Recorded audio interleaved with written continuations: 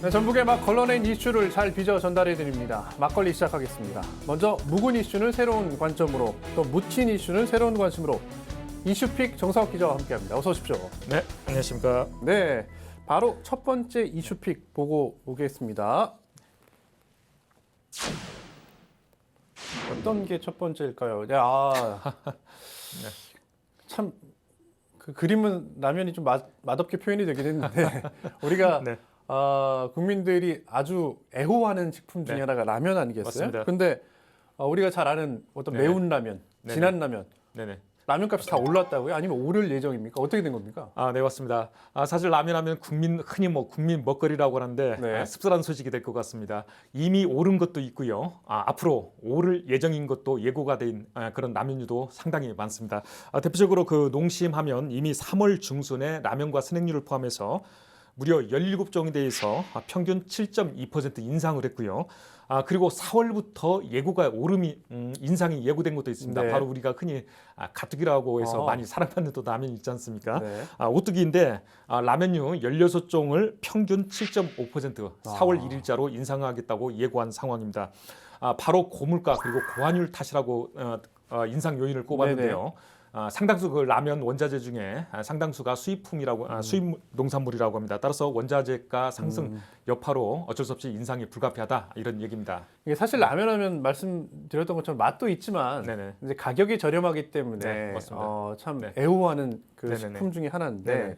그런데 이 라면 가격마저 오른다는 건 약간 심리적 마지노선이 무너지는 느낌이 그런 게 드는데 사실 라면 말고 외식 물가 엄청 많이 올랐잖아요. 근데 오르고 네네. 나서 떨어지지는 않잖아요. 네, 맞습니다. 가장 큰 문제가 바로 그 문제인데 사실 좀 전에 라면 값을 사례로 들었지만 라면 외에도 장바구니 물가 전체가 다 상승하고 네. 있다라고 좀 보면 맞을 것 같습니다.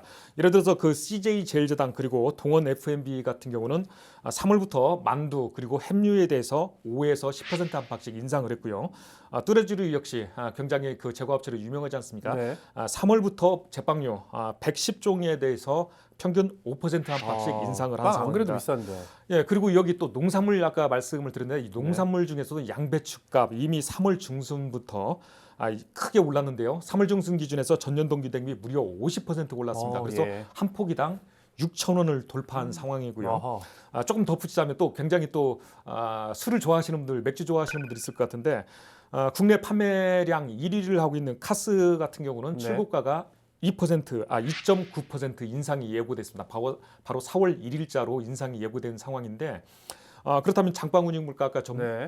그 말씀을 드렸는데 우리 국내 전체 그 가공식품 기준에서 2월 말 기준 가공식품 평균 물가가 네. 소비자 물가가 3%가량 인상이 된 상황입니다.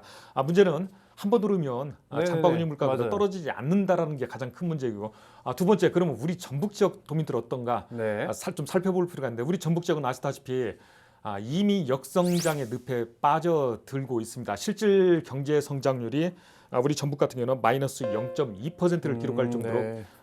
그런 역성장 늪에 빠지고 있는데 바로 그런 경제 충격파 한층 전북도민들이 체감하는 네네.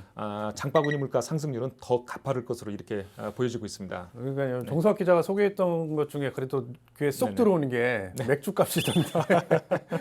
이거 네. 맥주값이 보통 뭐 4,000원, 4,500원에서 네네네. 최근에 이제 가게에서 5,000원씩 받잖아요. 네네. 그렇죠. 그리고 오른 것도 얼마 안 된 것 같은데 네네네. 이게 5,500원, 6,000원까지 네네네. 오를 수도 있겠다. 네네. 그런 위기감이 네, 그렇죠. 느껴집니다. 네네.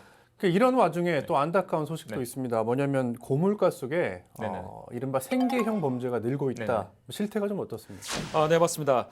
그 불황의 여파는 바로 그 범죄로 이어지는데 생계형 범죄가 기승을 부리고 있다라고 하는데요. 대표적인 게 바로 절도라고 합니다. 네네. 예컨대 그 최근에 전북 경찰에 붙잡힌 사례가 그 20대 청년이 특수절도 혐의로 검거가 된 사례가 있는데요.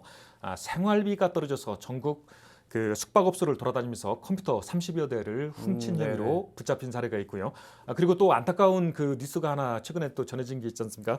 바로 경남발 뉴스인데요. 경남 경찰에 60대 여성이 절도 혐의로 검거가 됐는데 생활고에 암투병하고 있는 자녀를 먹일 만한 것이 없어서 마트에 가서 소고기를 훔친 혐의로 붙잡혔다는 그런 또 안타까운 뉴스가 전해지게 됐습니다. 관련해서 그 도대체 그러면 절도가 생계형 범죄가 얼마나 많이 일어나고 있는 거야 이렇게 궁금하실 건데 네. 최근 3년간 전북 지역에서 발생한 절도 범죄 17,300건 정도, 그러니까 연평균 약 5,800건 정도가 우리 전북 지역에서 절도 범죄가 발생을 했는데요. 네. 대부분 이 중에 이런 문제의 절도 범죄가 대부분 생계형 절도였다라는 게 바로 경찰 측의 설명입니다. 그래요. 그러니까 뭐 재미로 훔치고 그러지는 않겠죠. 네네, 그런 그렇죠. 경우는 거의 네네. 없을 거고 이제 흔히 네네. 말하는 장발장형 네네. 생계형 맞습니다. 범죄들이 있다는 건데 네네. 사실 이런 상황 고물가 네네. 속에 생계형 범죄가 늘고 있는 상황에서 이 네네. 안정적으로 사실은 네네. 정부를 이끌고 가야 될 그 상황에서 전국도 굉장히 불안하다 보니까 네네. 이런 상황이 더 발생하는 거 아닌가 싶은데요. 참 나라도 어수선한데 민생도 더 어려운 상황. 그런 일이 이런 좀 안정적으로 네네네. 나라가 다시 돌아갔으면 네네. 좋겠다라는 생각도 드네요. 네. 알겠습니다. 다음 이슈픽 보겠습니다. 아이고, 이게 어떻게 된 일입니까? 아마 장수군 얘기 같은데 장수군의 네네네. 인구가 한 2만 정도 되잖아요. 네, 그렇죠. 그런데 이런 사기 의혹 피해자만 네네. 4천 명에 달한다? 이게 어떻게 네네. 된 사연입니까? 네네.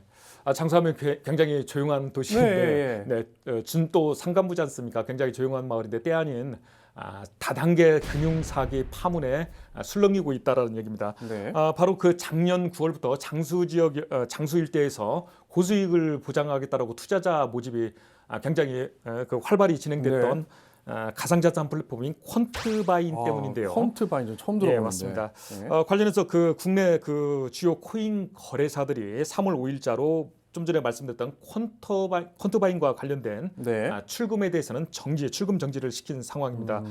또 퀀트바인 스스로도 자체 누리집 홈페이지죠. 누리집 자체를 또 폐쇄해 버렸는데 이렇다 보니까 투자자들 고수 수익은커녕 지금 네네. 원금조차 못 찾게 생겼다라고 지금 발만 동동 구르고 있는 상황입니다.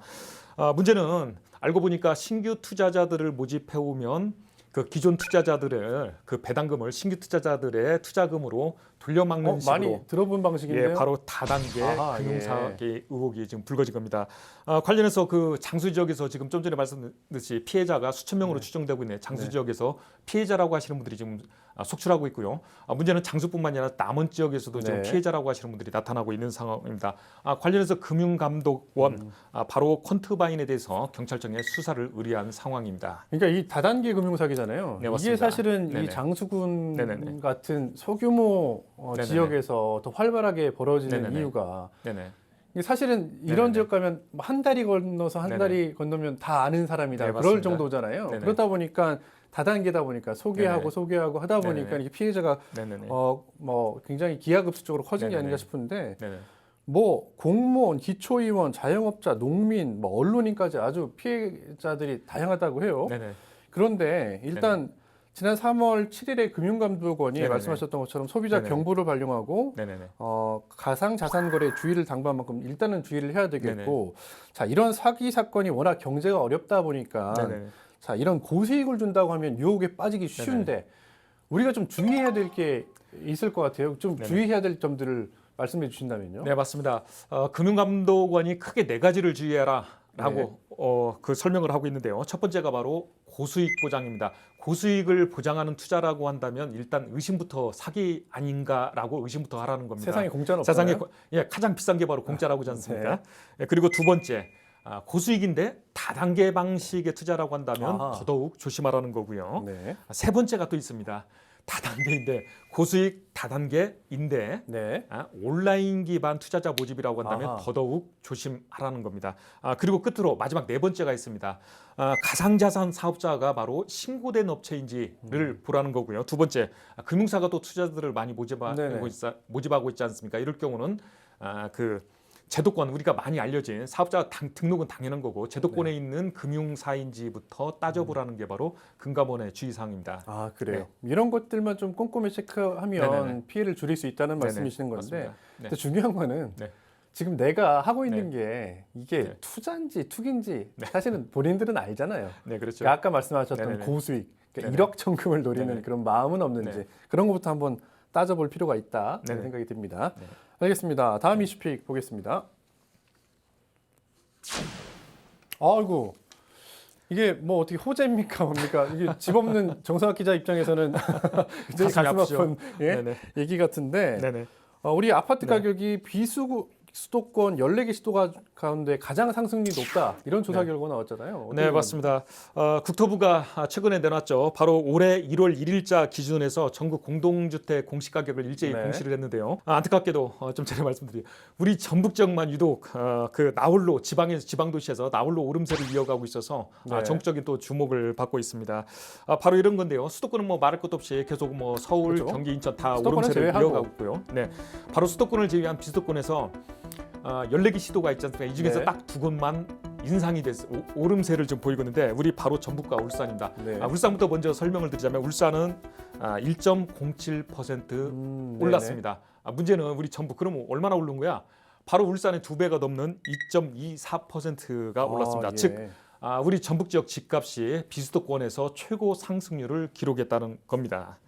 그런데 이 네. 뉴스를 보시는 분들 네네네. 우리 집값은 얼마나 올랐을까 하고 막 검색해 네네네. 보실 텐데 네네네. 무슨 호재가 있는 겁니까? 어떤 이유 네네. 때문에 이렇게 아파트 가격이 오른 네. 겁니까? 바로 일단 그 크게 개발 호재가 잇따르고 있다라는 걸 좀 주목할 필요가 있을 것 같습니다. 바로 대표적으로 전주 지역 같으면 이런 게 있지 않냐 아시겠지만 종합경기장 재개발 사업이 가장 큰 화제가 있지 않습니까? 화제가 되고 있지 않습니까? 그리고 두 번째가 또 있습니다. 전주 지역에 그 주택 재개발 사업들이 굉장히 또 활성화되고 있지 않습니까? 네, 바로 그렇죠. 이런 것들이 전주권에 개발 호재가 있고요. 네. 두 번째 또 새만금권입니다. 새만금은 아시다시피 새만금 수변도시 개발 사업이 추진되고 있지 않습니까? 이미 매립공사는 끝났고 그 건설 부지 네. 매매만 지금 그 매매가 곧 이루어질 예정인데 무려 3만 명 정주 인구가 3만 명 규모입니다. 네네. 즉 전북 혁신도시하고 똑같은 규모라고 보면 됩니다. 대규모의 신도시 개발 사업이 지금 예정돼 있고요. 그리고 또 같은 또 새만금인데 아시다시피 새만금 2차 전지 특화단지가 조성 사업이 지금 불붙었습니다. 이미 기업체들이 가동 생산 라인을 준공해서 가동하기도 네. 하고 있고 또 가동 예정인데 무려 30개사 가까운 투자자들이 이미 10조 원대에 달하는 투자를 예약해둔 상황입니다. 이런 개발 호재들이 집값 상승을 부추기고 있다라고 이렇게 전망되고 있습니다. 그런데 이제 네. 가만히 좀 들여다보면요. 네네네. 이게 아까 말씀하셨던 전주권, 그다음에 네네네. 새만금권에 대한 호재가 있긴 네네네. 한데 네네. 다른 지역 보면 네네. 준공후 미분양 물량도 굉장히 많단 네네. 말이에요. 네, 맞습니다. 그러니까 이 두 지역 말고 네네. 그러니까 전북이라고 표현하면 안 될 것 같아요. 다른 지역 네네. 상황은 어떻습니까? 우리 네네. 도내에서. 네네. 사실 정확히 말씀드리면 전주권 대 빈전주권 간의 시비가 교차하고 있다라고 좀 보면 될 것 같습니다. 사실 시간 관계상 그 우리 전북 지역 그 미분양 물량, 뭐 분양 물량은 어떤지 그렇다면 준공후 비용 여기까지 다 설명드리면 시간이 네. 굉장히 좀 많이 필요할 것 같아요. 근데 분명히 말씀드린 거는 올 1월 말 기준에서 국토부에 이미 그 자료가 다 공개가 돼 있지 않습니까? 네. 대표적으로 우리 전북 지역에 3,425호의 미분양 물량이 현재 쌓여 있는데 대부분 군산과 익산에 집중이 미분양 물량은 집중이 되고 있고요. 여기에 조금 덧붙이면 완주 지역이 지금 불안합니다. 완주하고 김제가. 그리고 중요한 거는 악성 미분양이라고 하지 않습니까? 준공호 미분양인데 그렇죠. 준공호 미분양도 전주에는 거의 없습니다. 정확히 말씀드리면 28호만 있고 나머지는 전북의 익산 그리고 완주의 미분양 물량이 준공호 미분양 악성 물량이 집중되어 있는 그런 상황입니다. 문제는 이렇다 보니까 전주 지역은 집값의 초강세를 보이고 있고요. 네. 비전주권은 거꾸로 네네. 오히려 하락세 또는 보합세를 유지하고 있는 상황입니다.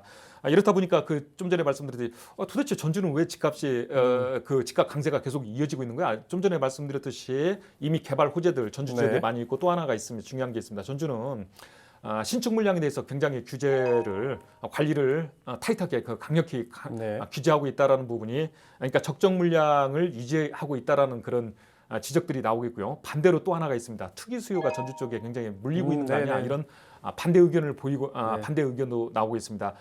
반면에 비수도권, 그 비전주권이죠. 비전주권 같은 경우는 아까 좀 전에 하락 보합세를 유지하고 있다고 했으니까 어느 정도 심각하냐 하면 아마 대표적으로 아까 미분양 물량 익산 지역도 상당히 있다고 그랬는데 익산 얼마 전까지만 해도 익산 지역 온 시내를 뒤덮다시피 반값 아파트 현수막에 도배를 하다시피 할 정도. 익산 지역에서도 대표적인 건설업체 부도 파문이 일었지 네네. 않습니까? 그런 문제도 있었고요. 최근에 이렇다 보니까 익산 지역에 민원이 너무나 속출해가지고 현수막을 일제히 다 제거할 정도로 반값 아파트 땡처리 우리 2억 원 아파트 값도 할인. 같이 떨어진다. 뭐 예, 그런 심리 맞습니다. 때문에 그런 민원 그런 거겠죠? 때문에 그런 사례가 있었고요. 조금 덧붙이자면 비전주권에서 이런 문제가 발생하다 보니까 새만금 수변도시 제가 아까 정주 인구 3만 명 규모로 토지 분양을 앞두고 있다라고 말씀을 드렸지 않습니까? 그게 바로 급제동이 걸렸습니다. 원래는 작년 12월부터 그 주택용지에 대해서 매각 분양이 시작이 될 예정이었는데 바로 군산, 익산, 김제 이 일대 새만금권이지 않습니까? 이 일대에 미분양 물량이 쏟아지면서 이렇다가 같이 공멸하게 생겼다 해서 급제동이 걸린 상태입니다. 따라서 빠르면 올 상반기 또는 올 하반기로 분양이 이루어진 상황입니다. 알겠습니다. 정성 기자가 이 아이템에 대해서 굉장히 열을 올리고 계시는데 집 찾아보겠다고 여기저기 많이 알아보셨는데 가슴이 아픕니다. 집값이 올라서 알겠습니다. 아파트값 하면 사실 참 굉장히 민감하잖아요. 뭐 그렇죠. 부정론도 있고 긍정론도 있고 늘 대립하게 마련인데 자, 내 집을 마련하겠다 하시는 분들은 어쨌든 좀 더 꼼꼼하게 지금 집값이 어떻게 움직이고 있는지 좀 파악한 후에 결정하셔야겠습니다. 네, 1부 순서는 여기서 마치겠습니다. 정윤석 화백의 기린대로 보시고 2부 메인 안주로 다시 돌아오겠습니다.